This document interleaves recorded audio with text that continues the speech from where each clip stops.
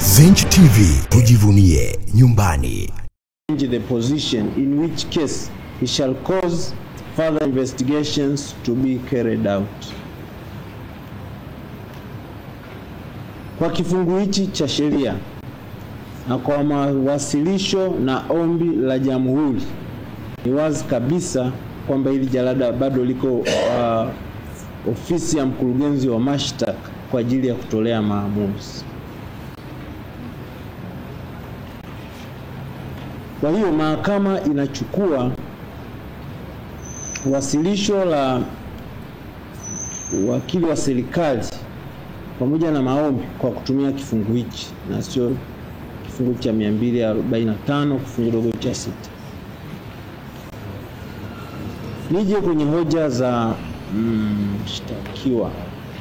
Mshtakiwa amepinga kwa nguvu,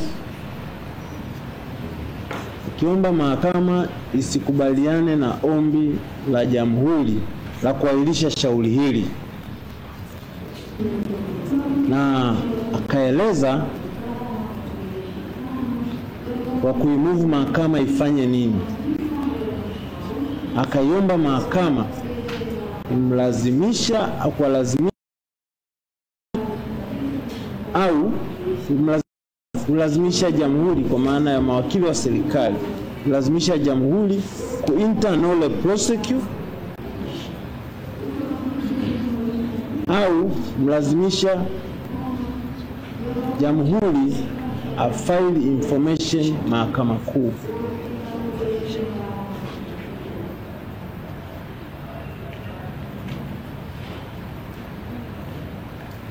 Maombi haya mawili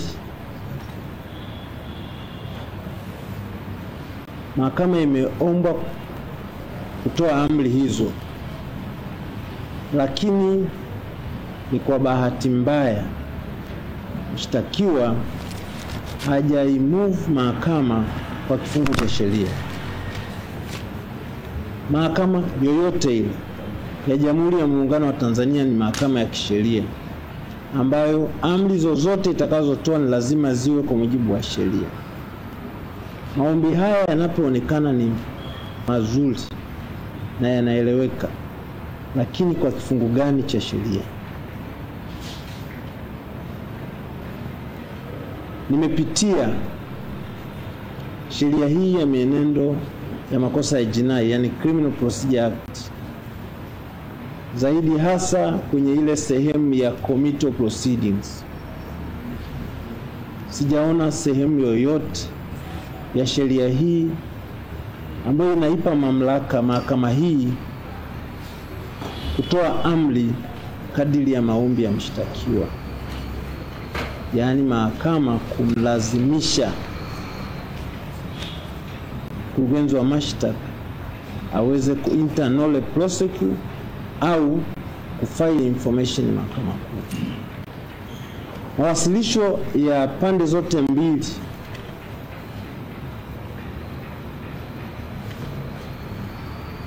bado yapo kwa mujibu wa kifungu cha 245 kifungu dogo cha 5 cha sheria ya mienendo ya makosa ya jinai.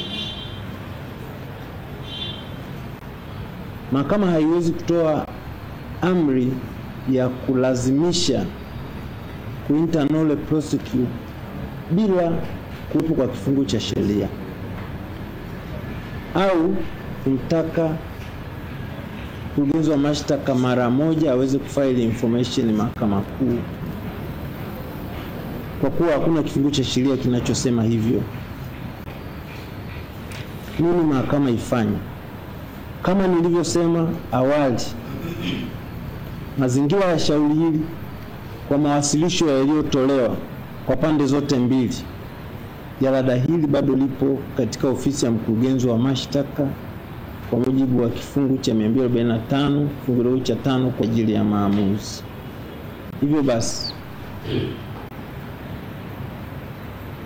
ninawataka upande wa mashtaka kukamilisha haraka iwezekanavyo hiyo hatua ya uamuzi,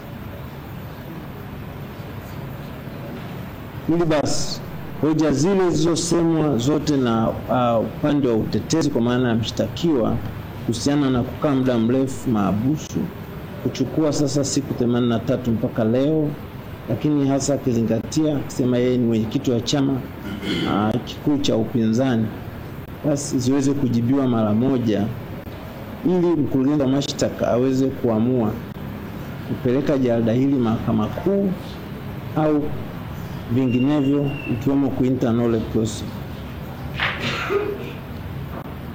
Hivyo basi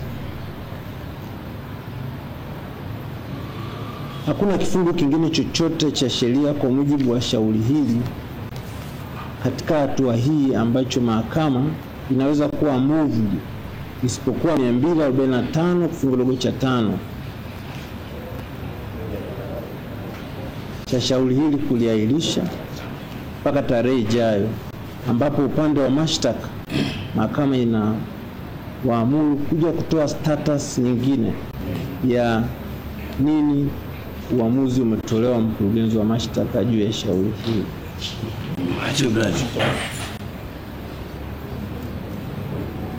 Hivyo tunapanga tarehe nyingine, tarehe 16 Julai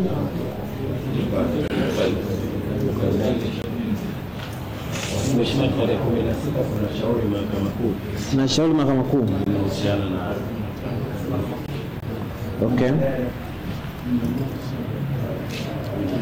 Tarehe 15 sasa. 15 sawa. Yeah.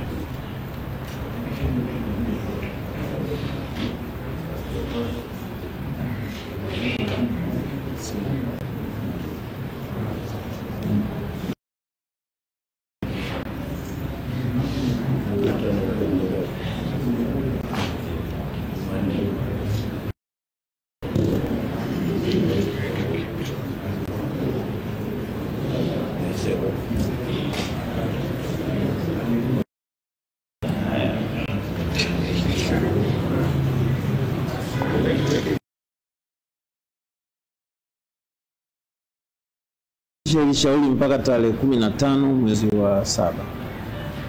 Lakini kabla sijanyanyuka,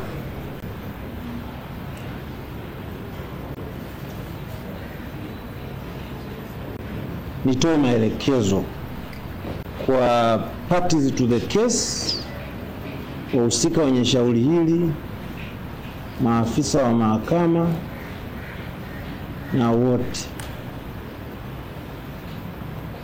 Ninatambua kwamba shauri hili lina mvuto kwa watu wengi, lakini mnapaswa kufuata utaratibu wa mahakama. Mahakama hapa ina utawala. Unapoingia mahakamani, umekuja kwenye kesi, fika, kaa. Ukishakaa usifanye kitu chochote isipokuwa umeruhusiwa na utawala. Kama kesi haijaanza, kama kesi iko mahakamani, utaruhusiwa na hakimu na sio vinginevyo. Nafikiri imeeleweka. Ipo vitu vimekuwa vinaendelea kabla ya shauri halijaanza, mahakama haijaanza. Mtu anaibuka, ananyanyuka, anafanya visivyofaa. Zenj TV, tujivunie nyumbani.